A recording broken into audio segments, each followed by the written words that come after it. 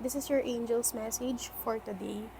If you want to give up that person, hindi mo makikita yung progress ngayon or parang sarado pa yung opportunity para sa inyo. But it doesn't mean na dapat mo nang sukuan yung tao na to.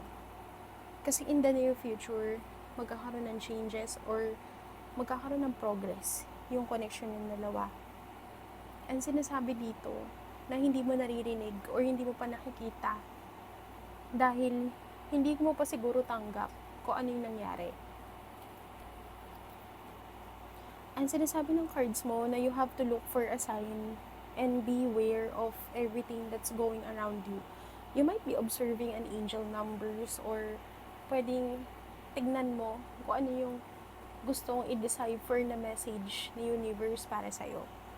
Mahirap kasing isipin or unawain ang isang bagay, lalo na kung hindi ka open or hindi ka emotionally attuned sa divine.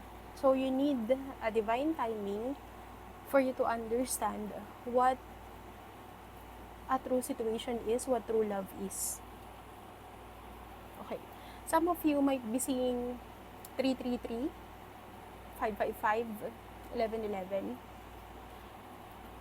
You're being cautious Pero nakikita ko dito na sobrang painful pa ng cycle.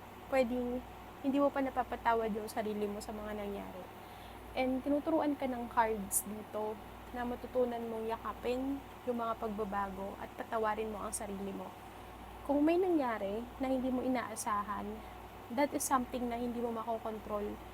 And since it's beyond your control, you don't need to blame yourself for what's happening or for what's going on. Kasi this is something na mahirap talagang kontrolin sa ngayon. Another angel's message for you is maghintay ka daw. Learn to wait. Hindi naman lahat ng bagay ay ibibigay sa'yo agad-agad. Minsan, si universe, ipuput ka sa iba't ibang situation, iba't ibang panahon, iba't ibang tao, para mas maintindihan mo yung lalim ng connection mo sa mundo. And there's a lot of things na meron ka pa dapat maintindihan, which is hindi pa siya nagmamanifest right now. I also see here, you have to trust the divine timing. As I'm seeing na hindi malinaw or hindi clear, pero may reason kung bakit ka nandyan. May dahilan sa universe, bakit ka dinala or nilagay sa ganyan situation. Kasi ang gusto ni universe ay